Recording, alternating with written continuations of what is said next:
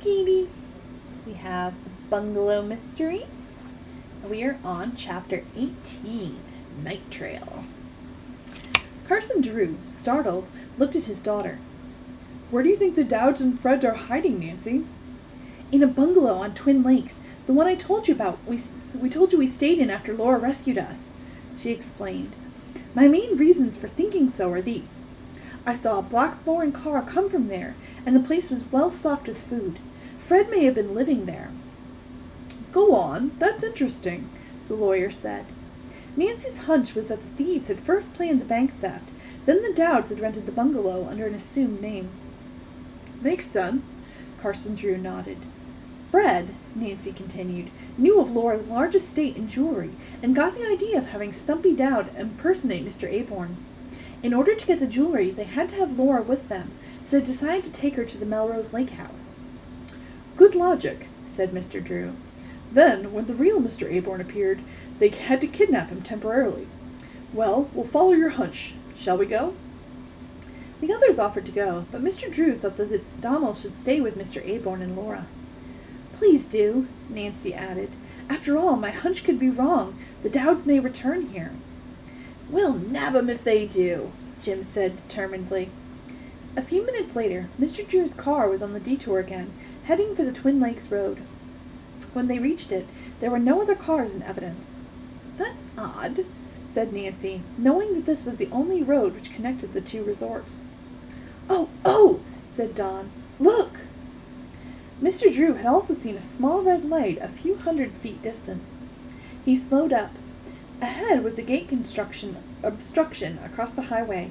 On it was nailed a sign which read, Road under construction. Travel at your own risk. This is great, Mr. Drew remarked unhappily. Maybe this won't be too bad, Nancy said. I came this way the other day, and I think I know all the turns. Why don't we try it, sir? Don spoke up. All right. Don got out of the car and moved the barrier enough so that Mr. Drew could drive through. They went slowly because of the steam shovels, bulldozers, and equipment parked along the road. To make matters worse, the pavement was gone in places where repairs were being made. The car tires wallowed in soft dirt. Soon, however, they reached the end of the construction section, and Carson Drew stepped on the accelerator. The car responded with a burst of speed. We're not far from Twin Lakes now, Nancy said as she spotted a few familiar landmarks. Don wanted to know what the plan would be when they reached the bungalow. Mr. Drew said they would first check to see if the foreign car were in the vicinity. Of course, it will be hidden. Next, Nancy added, we'll have to make sure Fred and the Dowds are there, if not some innocent people. But if Stumpy's there, we'll notify the police. Right, Dad? Unless Dowd sees us first, he said grimly. Nancy said she hoped this would not happen. But I suppose they probably will have someone acting as a lookout. As I understand it, Nancy, said her father, the bungalow is an isolated spot. Yes, and there are lots of trees around it. Could anyone inside the house make a getaway by boat? Don asked. Not easily, Nancy answered. The bungalow is not built over the water. It's some distance from the lake, and there's no dock where a boat could be tied. Presently, she said. We're about a mile from the bungalow. Carson Drew's face tensed. He drove to a point about 1/10 of a mile from the lake leading down to the bungalow, then stopped the car in a clearing off the road. We'll cover the rest of the distance on foot, he announced. As Nancy got out the right-hand side of the car after dawn, she glanced at the luminous dial on the clock. It was 3 o'clock in the morning. It was late. Walking 3 abreast, the sleuths saw a bungalow below. It was in darkness. I don't see any sign of a car, Don whispered to Nancy as he guided her by the arm.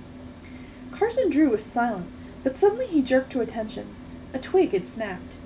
Now they saw a man walking toward the trio through the woods. As Don, Nancy, and Mr. Drew ducked behind some shrubbery, they noticed that the man approaching them was carrying a fishing pole and a box of the type normally used for bait. Passing by the watchers, he walked unhurriedly toward the beach. At this moment, the moon chose to show itself brilliantly, and Nancy observed that the man was tall and heavy. Hello, Sam, he said, and now the watchers could see a rowboat and passenger gliding out of the shadows. "I hope the fish are biting well this morning." His voice carried clearly in the stillness. The fisherman deposited his gear in the boat, and the two companions shoved off. They were barely out of sight when Don whispered hoarsely, "A light in the bungalow!" From the second-story window had come a flash of light. It did not reappear. "Someone's up there," Nancy whispered. "Maybe the fisherman alerted him." "Let's circle the house," said Carson Drew, and suggested he take the left half of the circle while Nancy and Don took the right. They would meet back at the same spot in a few minutes. "Be careful now," he warned the young people. "You too, Dad," Nancy said. The route Nancy and Don took led past the door into a first floor of the boathouse bungalow. Cautiously, they listened at the exit. There was no sound from within. They went on to the beach side. The two tiptoed among the shadows as far as the center of the rear of the building without incident, then quietly returned to the meeting place. When they arrived, Mr. Drew was not there. "That's funny," said Nancy, a little alarmed. "Where is Dad?" Just then, she and Don heard a low groan. It seemed to come from behind a tree about 20 feet away. Forgetting caution, the couple rushed to the spot. Behind its broad trunk, a man lay sprawled on the ground. "Mr. Drew!" "Dad!" Nancy exclaimed, kneeling down. She felt the lawyer's pulse. It was steady. I think he was knocked out, said Don angrily. "Nancy, you're right about this being a hideout. We must get the police." "And right away," Nancy agreed as Carson Drew sat up groggily. In a moment he could talk. The lawyer said that after leaving Nancy and Don, he had started around the bungalow. Someone had come up behind and struck him. "I suppose he dragged me here." "Stumpy Dowd, I'll bet," Nancy exclaimed. "And this may mean that he and his wife made a getaway while Don and I were on the other side of the bungalow. Dad, do you feel well enough to try and follow them?" "Yes, but where did they go?" he asked. "And how? By boat, car, or on foot?" As if to answer his question, the three suddenly saw in the clear moonlight the figures of two men and a woman running up the bungalow lane toward the road.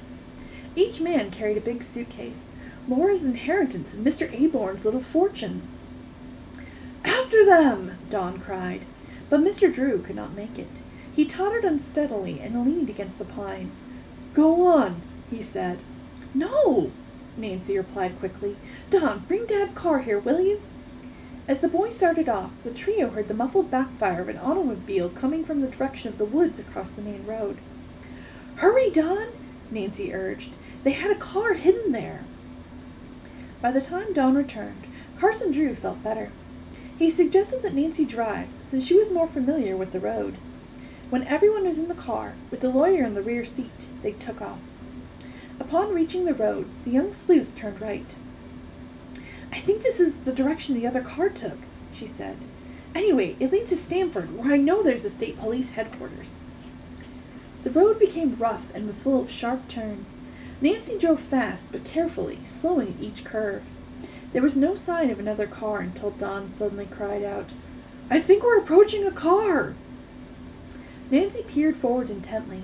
She saw nothing but road ahead. "It's hidden now by that hill in front of us," Don told her. There was a long moment of suspense. Then Nancy exclaimed, "I see it!"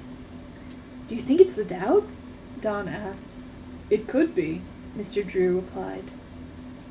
As the car reached the smooth, straight piece of road, Nancy put it to a faster and faster pace. "We're gaining on them!" Don said exuberantly. Little by little, the Drew sedan crept up on the car ahead. Soon its headlights spotlighted the rear of the other vehicle, a black foreign car. 3 figures were silhouetted inside it. At the same moment, Nancy caught sight of a huge black and white checkerboard sign at the side of the road. A bad curve ahead! With well-timed precision, Nancy eased up on her speed and gradually used her brake, knowing that abrupt pressure might cause a bad skid. "That other driver isn't paying any attention to the warning," Don exclaimed. The snake-like curve was only a few hundred feet ahead on a steep downgrade. The occupants of the Drew sedan held their breath. Would the others make the turn? There came a violent screech of brakes. "Oh, no!" Nancy cried out in horror. As she and her companions watched, the foreign car shot off the edge of the road and plunged down a steep cliff. Oh, no. Oh, we're going to have to see what happens with that.